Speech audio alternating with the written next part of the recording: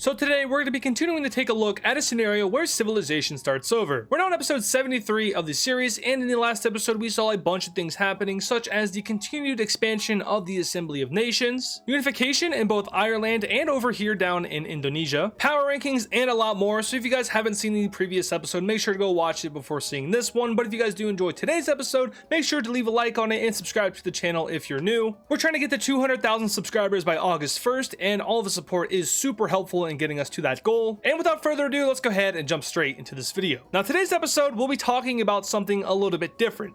Space. Now, we're not going to jump into that just as of right now, but we will get there eventually, so just something to keep in mind. First of all, however, we're heading on over here to North America, and more specifically to the Canadian countries, which all saw a very big economical boom during World War IV and after. This economical boom has led these countries to be some of the most prosperous nations in the world, in terms of quality of life, of course, but economically their currency is very strong. Throughout the years, these countries have been very culturally similar. Their language, of course, is similar, if not, it's the same language, Dutch, which came from, of course, the Dutch Empire that colonized this region. So there's a lot of similarities which are going to lead to this next event, and that next event is going to be unification. Now, not full-on unification, not all of these countries are going to be uniting, but a series of countries around the Gulf of St. Lawrence will be coming together and uniting. And those countries include the blue one down here, the orange one over here, the purple one up here, the gold one all the way over here, and then finally the one up here. I was going to call it Quebec, but I think that's more so Newfoundland. Anyway, these guys all unite together and put their capital city right here, the former capital of the purple team. Of course, all of these countries were already members of the Assembly of Nations, so there's really no like rejoining process. They just reintegrate in. And we have ourselves a new regional power up here in northeastern North America. But that is not the only thing that is changing with the unification of these countries. Coming over here to the religion layer. These guys' religion / culture or ethnicity, whatever you want to call it, stems from the Western Europeans, more specifically the Dutch Empire, but not anymore. They're leaving behind their old identity, and instead they will be establishing a new one. This new identity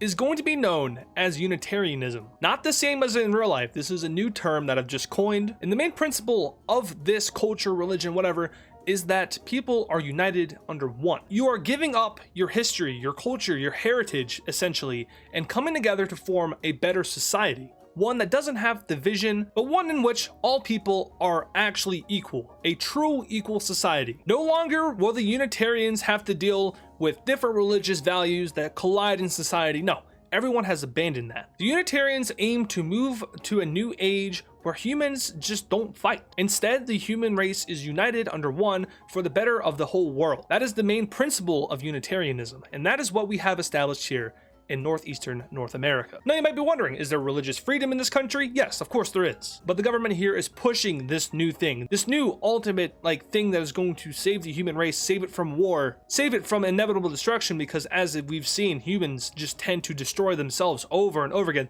Unitarianism is the solution to that. That is the solution that this country has coined. Internationally, people look at this thing as something new, something different, something weird. It's asking you to give up your heritage for the future, and of course, a lot of countries, especially countries who are very big on sovereignty, are not going to like that, so there's mixed reactions across the world. But now we're heading on over to Eastern Europe, more specifically, this Lime country here. These guys were losers in World War IV. They were fascists, but they got overran and they had to install a new democratic government, but unfortunately for this new democratic government, it's not going so well. Now, of course, it's been a few years, maybe a decade since the end of World War IV, meaning that we're starting to see how these newly flawed democracies are coming into order. And with that, we get a few countries, such as these two Mesopotamian countries, who become full democracies. But in this Russian state, something else takes hold, and unfortunately, authoritarianism finds its way back in Russia. A dictator is installed, and the people of this country are once again under the fist of a ruler. Now, this nation is not in the Assembly of Nations, meaning that there's nothing that they could have done to prevent this, but it also means that there probably won't be any intervention on their part. And that's because, hey, you remember that old one, the Organization of States, that was actually a secret fascist ploy to overrun the world order? Yeah, the Assembly of Nations doesn't want any kind of that around them, around their name. And if they were to, go into this country and topple the government, then that would kind of look exactly like the Organization of States. So the AN will not intervene in this matter. They want to make sure that their organization is trusted by the non-member states of the world. But now on the leader of this country. He is kind of what we would call a modern warlord. This dude wants to expand his country. He is embarrassed of Russia's fate. It fell after World War III, and then it got even more messed up in World War IV. The people are all over the place. It's disorganized. They need someone to fix it, and he thinks he can do it. His solution to doing it, though, is something that a lot of people probably wouldn't agree with. He wants to go to war. He wants to annex these territories, put them all back together under one Russian country, and the first nation of which they will be attacking is none other than the dark red country up here. Once a part of Russia, the red team here has done absolutely nothing since it broke away. It's fairly neutral, however, it is a full democracy, meaning that support for this country would likely roll in from the foreign countries. However, on paper and compared to the Lime country down here, they don't really stand much of a chance. The warlord sends his armies straight into Russia and captures all 3 of their major cities within the first couple of weeks of the operation. There's one over here. I'm gonna be honest with you guys though, I don't really think you can establish a major city there, so we're just gonna pretend that never existed. And with the armies of the Lime team pushing in, very unequipped, very poor, and in not good condition, however still more than that of the red team, they will be forced into surrendering over to the warlord. The red team is a really large country, and it just fell to a smaller country, which is something that a lot of neighbors of this country are going to take note of. While radicalism was indeed defeated and pushed back to its corner in World War IV, nationalism is still technically a thing, and it's something that can be weaponized, and that is what this warlord is trying to do. He's trying to create a new identity for Russia. Technically, this state is the core Russian province. They have their capital city in them, I believe. So the idea of bringing together all these people and giving them nationalism is definitely not far-fetched for this country to do. But let's go ahead and take a look at this peace treaty. And in this treaty here, we have this country annexing all of this land away from the red team, leaving them very crippled, very economically despaired, and also without a lot of population. I believe this is the first war that we have seen since World War IV, and of course, war is something that is going to be a reoccurring theme throughout history. All the nations on this map know that. The goal of the AN isn't to stop war completely, it's to stop radical war and large global wars. They recognize that small regional wars, it's just unavoidable. They've been through 4 world wars, they know this by now. Now, what about the people of this country? Because are they just going to, allow for this warlord to come in and just be their new ruler? Well, this guy has a pretty interesting approach. While still being authoritarian and technically a dictator, he's going to present himself as kind of a savior of the Russian people. He offers himself as a strongman, a populist, someone who will fix all the problems of the country, and instead of relying on a government or a parliament or what are these democratic things that they're trying to push, instead you can rely on me. I'll fix it all for you. That is populism. That is what we see in the United States and a lot of other countries across the world. Here it is being applied, and here it will be equally as effective. This warlord becomes very popular within his own country, and Russians across the world are recognizing this as a repetition of history. This is what happened when Russia first formed. But moving away from them and now focusing on the red country up here, like I said, they are just crippled. They cannot function as a country on their own in this state. So instead, they make a decision and they unite with the brown team. The brown team is another country which, probably isn't too economically prosperous, not too populated, but compared to what the red team just had to deal with, they would be much better off united under one, and so they do it. Another large Russian country now presents itself up here, but very soon it could be the target of this warlord. Now we're heading back down here to Mesopotamia / the Middle East. Here we see a new country join in on the Mesopotamian economic order, and this time it is the country of Sudan. These guys were previously a part of the old empire, they were also an ally of the old empire, and they will be integrated into this economical alliance for economical purposes, of course. But now we can finally start talking about what I said at the beginning of this video, the idea of space and space exploration. Now at this point in what I've said so far, the Wixo countries, they have satellites in space, but I've never talked about the actual people of the world going into space. So now I'm here to go ahead and clarify that. The continuous global wars of the world have indeed made it difficult for countries to want to approach space. Of course, the desire to do so is there, especially amongst the larger countries in the world. But the continuous global wars have just pushed them back. That doesn't mean that they haven't went though. It just means that compared to real life, they haven't done as much. The first country to send a man into space was China, and they did it just before World War IV. China went into an age of isolationism following World War III, and they took that time to, one, develop themselves, but also to spend money and research into space exploration. So they were the first to put a man in space. Since then, there's been a few more. India has done it, America has done it, and Ireland has done it. But what about the moon? Have they been to the moon yet? And the answer to that is yes, they have. The first country to put a man on the moon was none other than India. While China was the first to put someone in space, India made it to the moon first. But since then, no one's really went back. They went there, collected some samples, saw some things, and then left. Much like in real life, there's just no real point to going to the moon. Sure, you learn some things, you do some scientific research, stuff like that. But as far as these countries go, there's no real objective there. There's, it's cool. going to the moon. You can say that you left the Earth. But since then, India has basically just told the rest of the world that, hey, you know, if you ever want to go back, we got you, we can help you,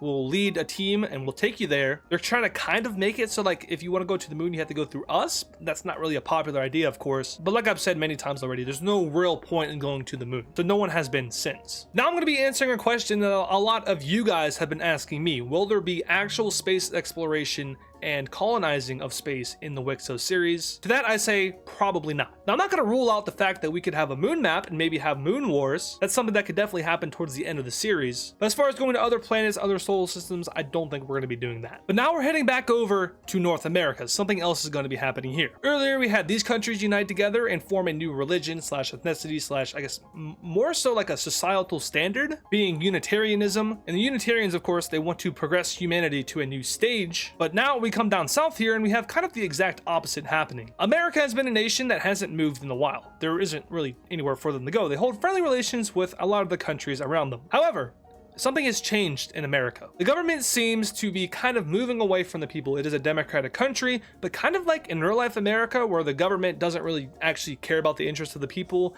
That's what we have happening here in America. Now, of course, the American citizens here, much like in real life, are going to continue to elect these politicians, even though they're doing nothing for them. But the new order in the world is dictating this outcome. But the main point I'm trying to get at here is that America will be invading a country, and that country will be the Caribbean nation. American troops will quickly land and take over the Bahamas, and following this is a very quick naval invasion of Cuba, with multiple landings taking place on the northern coast. The Americans then take this major city here and move further down, taking yet another one. Operations will take this island over here, and a landing will be made over here in Haiti and Hispaniola, as well as down here in Puerto Rico. The American Navy is dominating that of the Caribbean Navy. They achieve complete naval control over the waters around the Caribbean nation, and one-on-one army-wise, the Caribbean nations stand absolutely no chance, as America will roll through all of these countries, and eventually, after being beat all the way back to the Dominican Republic, we had the surrender of the Lime team over to America. Now remember, that also includes all these archipelago of islands down here getting near to the coast of Brazil. A lot of countries will come out against this, and more specifically, we have the communist Central American countries speaking out against this action, we have Brazil speaking out against this action, and with Brazil speaking out against it, we have the fascist nations of the world speaking out against America's actions. Essentially, it's like, oh, when I do it, it's a problem, but when you do it, it's fine. We have classic imperialism here. America will be fully annexing the Caribbean country. And with that, America's influence starts to shift. Before, they were just kind of limited to North America only, but now they reach down here to the waters of South America, and more so, they threaten Brazil. Now, what does the Assembly of Nations have to say about this? The Americans are a founding member of the Assembly of Nations after all. They were one of the members of the Coalition of the Willing, who fought against the old empire. So this move kind of seems hypocritical, right? Of course, you know, some countries are going to speak out against it in the AN. But then we see the creation of the Security Council within. This Security Council is essentially the exact same as the UN Security Council in real life. And in the announcement, of course, America is revealed as one of the Security Council members, but you also have India, China, Ireland, Greece, South Africa, Mexico, and Tibet. These 8 countries will ascend to a higher level, being now the Security Council members of the Assembly of Nations, and much like in real life, these 8 countries essentially kind of control the AN, not really. Of course, you know, the US, China, Russia, France, and the UK, they have a lot of influence over the United Nations in real life. They can carry out vetoes, they settle disputes and stuff like that. They're essentially like the enforcer countries of like UN legislation. It's basically the same thing here. It's a carbon copy, if not. But there's just a few more. Instead of 5, there's 8 here. And it kind of gives these countries a sense of not immunity, but something along the lines of immunity. Because I don't want to use the words immunity here, because then it kind of starts to sound like the Organization of States. It's not the Organization of States. There is no known secret order that is attempting to, you know, change the world under the AN. But like also similar to real life, you know, the US, China, Russia, the UK, and France, they kind of seem untouchable when it comes to the UN and stuff like that. So just something to keep in mind. And that's also America's way out of any kind of consequence for them invading Caribbean. So these guys are just gone. They're a part of America now. They'll be integrated. They'll likely become states maybe in the future. Who knows? We'll see. But we're not done in this region just yet, because Mexico will also be carrying out a military operation of their own. Another Security Council member will be invading a country, and this time Mexico will be going after the Yucatan country. Mexico is another one of those nations that, you know, just haven't really done much since the War of the Greats in previous episodes. But with fascism and communism dead and radicalism dead, the old powers of the world, well, I don't want to say old powers, but like some of the more quiet powers of the world are no longer hiding their voice. are coming out and they're doing what they want to do. In this case, Mexico will be taking over all of the Yucatan Peninsula, and they will be fully annexing it, making this country cease to exist. Now, notably, the Yucatan country was a member of the Assembly of Nations. This is the first time that one AN country has attacked another AN country. Is there a response to this? Sure, of course there will be. Multiple countries, notably non-Security Council members, will attempt to pass some sort of legislation condemning Mexico for their actions, maybe imposing economic sanctions, but it will not pass. The Security Council will veto it. And the basis for which they give their justification for vetoing it is that, once again, the AN recognizes that regional wars are something that are going to happen. The main focus of the AN is to prevent global war from happening. If there is no global war, there is no millions upon millions of deaths, no economic infrastructure that's destroyed, and the world economy can continue to grow as opposed to being hindered by global war. And that's where it kind of differs from the UN. You know, in real life, the UN is more focused on preventing all war. It doesn't do a very good job at that at all.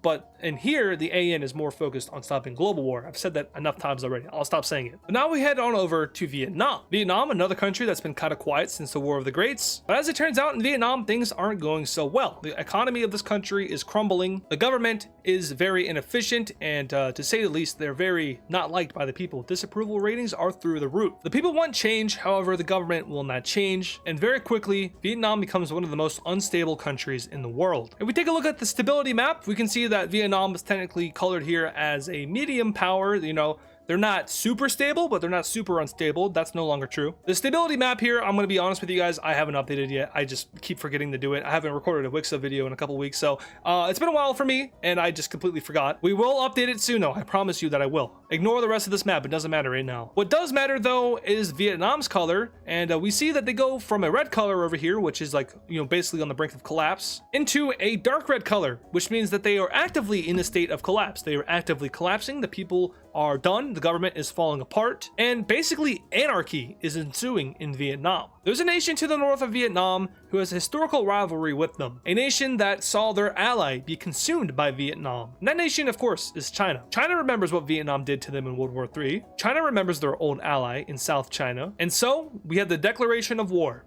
China declares war on Vietnam. Notably, not a member of the Assembly of Nations, meaning that China likely won't get too much backlash for this. But the Chinese send in their military, and their goal here and justification here is the liberation of the people of Vietnam. China calls out the government of Vietnam, saying it's inefficient and that it isn't doing enough to help its people. China is trying to present themselves as the good guys in this war, despite the fact that they are technically the aggressor in this war. So they send their troops in, and the invasion of Vietnam goes very easily. Oftentimes, the Chinese are actually met with open arms in the major cities that they are taking away from Vietnam. And that's most likely due to the fact that these major cities were once a part of South China, a former ally and very close ally of China, before the War of Greats and before Vietnam annexed them. So China's invasion of this region is easy, to say the least. Now, it's easy, of course, until they get down to actual Vietnam, and this is where it gets a little bit more difficult, because Vietnam will be utilizing the ultimate tool of nationalism to fight back against the foreign invader. And nationalism, whenever you need your people to fight back, you just got to pull the nationalism card. I mean, it's easy. Every single time it works, I promise you. So the people in Vietnam are pissed off that they're getting invaded by China, despite the fact that their government is inefficient and doesn't do anything for them. The irony of that is insane. But China will begin to slowly slither their way down the major city coast of Vietnam, eventually getting towards their capital city. But it is here that we finally see Vietnam get their military together as they start to push the Chinese right back out of their country, liberating all three of these major cities. But then there's a whoopsie-poopsie that happens. India accidentally reveals that they're the ones funding Vietnam, and then China and India just kind of look at each other like, what? You see, there's a little bit of awkward tension between China and India because one of them knows that the other did something to them, and the other one knows that they know that they did that, while also knowing that the other one did something to them. They've been meddling with each other behind the scenes, not like directly, but indirectly. This is an answer to a lot of the questions that you guys have been asking me. I'm not going to give you an official answer, but maybe now you guys can start to theorize about what exactly that means. So India is pumping money into Vietnam. China is obviously not going to be a fan of that, but that's okay because Bangladesh will be sending in an army as well. Ah yes, the country of Bangladesh, notorious for doing nothing. But hey, they're doing something now. Bangladesh feels very threatened by what's happening around them. They have Tibet, a Security Council member. They have India, a Security Council member, and China, also a Security Council member, all surrounding their border. Vietnam is the only country that isn't in the AN or a Security Council member that they border. Vietnam obviously is getting invaded by China, a Security Council member, and basically Bangladesh just doesn't want to be surrounded by members of the AN and Security Council members at that. So this is kind of a desperate attempt to, gain land and maybe make themselves stronger in the face of China, Vietnam, and India. I mean Tibet, not Vietnam. But with this new invading force coming in, we have Vietnam really not in a good spot. Nationalism can ultimately only go so far. Once you actually start to lose number-wise, you're kind of cooked, and China at this point is the strongest country in the world. Vietnam did not crack the top 10 rankings. They were close, but they fell off a little bit, and that's mostly due to the fact that they've become so unstable. So the invading armies of China and Bangladesh will quickly go into Vietnam, and after the capital city of the country is taken, enough is enough. Nationalism turns its back to Vietnam, and civilian groups and militias start to rise up, oftentimes being aided by the actual military of Vietnam. These are probably military personnel that were just not involved in the war, instead were on the southern coast just in case there's a naval landing or some other sorts of invasion. But now these military groups are simply turning their backs to the government, and very quickly the idea of rebelling against the actual Vietnamese government becomes very popular amongst the military. Essentially, it's another one of these military coups that happen, but it doesn't happen soon enough because China and Bangladesh will both continue to invade even while the civilian militia and the actual military start to rise up against their government. Eventually though, it will all fall as the civilian government officially declares itself the real government of Vietnam, and then they will work together with Bangladesh and China to work out a peace treaty in which Vietnam is still allowed to exist, but of course concessions will have to be made to the aggressors. So let's take a look at this peace treaty. No. Sorry, I was looking for the old borders of South China. Got an ad on my own video. Kind of sucks. So in this peace treaty here, we have the division of Vietnam occurring. Now, as you can see, South China has indeed come back. They have presented themselves on this map once again. But as you'll notice here, China will be taking land from South China. And this is actually a pretty good portion of land. And not only that, it's also pretty populated land too. But this is just simply China's war spoils from the war. They invaded Vietnam to get land, but also to give them a new government, meaning their justification in the first place is kind of questionable at this point, but it's China, the strongest country in the world, so don't question them. But they also take over the Strait of Malacca area, and this is a move that is very unpopular with some of the stronger nations in the world, and most notably the United States, aka America. It's not the United States, it's America, sorry. I always try to make sure that I don't call America the United States because I don't want people to, gain the idea that that is this world's version of the United States, because it's not, it's different. So my bad on that one. But China will be taking over the coast of the Strait of Malacca area. They will also take over the Singaporean area and also this island down here. Interesting. Once again, America and other nations voiced their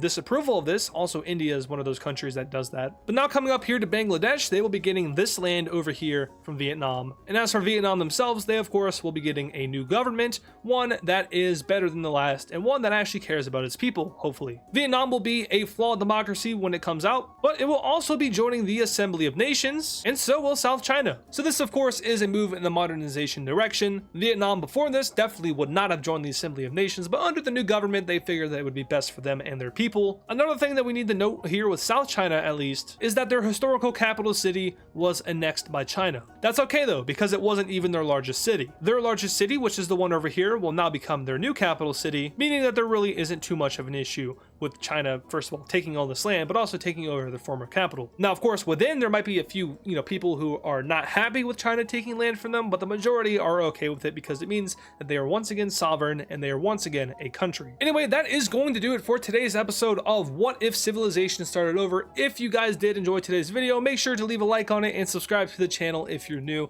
All the support, once again, is greatly appreciated as we're trying to get to 200,000 subscribers by August 1st. Now, why August 1st? Well, I am going to be making a special vlog that I will be posting in celebration of 200,000 subscribers if we make it there before August 1st. It seems like a kind of a weird date, but that's just our goal. Trust me, believe me, you'll want to see the vlog. Anyway, as always, make sure to leave your suggestions, your support, your comments or feedback, whatever it is, suggestions mostly, in the comments below on this video. You guys, once again, do have input in this series. You are kind of the driving force of this series. I always take suggestions from you guys. But anyway, once again, thank you all so much for watching, and I will see you all in the next episode. And of course, thank you to all our super fans. This includes Chill Turn Mapping, Omega the YouTuber, Illy Goated, Nevada Garbage Trucks, Vista Mapper, Xander Pro Productions, Geo1010 Gamer, Knighthood7353, and Golden Ball Mapping, 101 Rotanami T, King Cheese, Australian Geo Guy, Serminator, Icy Static FN, CTG on YT, Eagsco, Euroball, Augusto, A Norwegian, RS, Gail Martinez, Zaylance, what in the world? Freezioi, Laser Taze, Pablo Sigma Cat, Deathstrider X, Hammertoad45, and DW Cool Dude. Once again, thank you guys.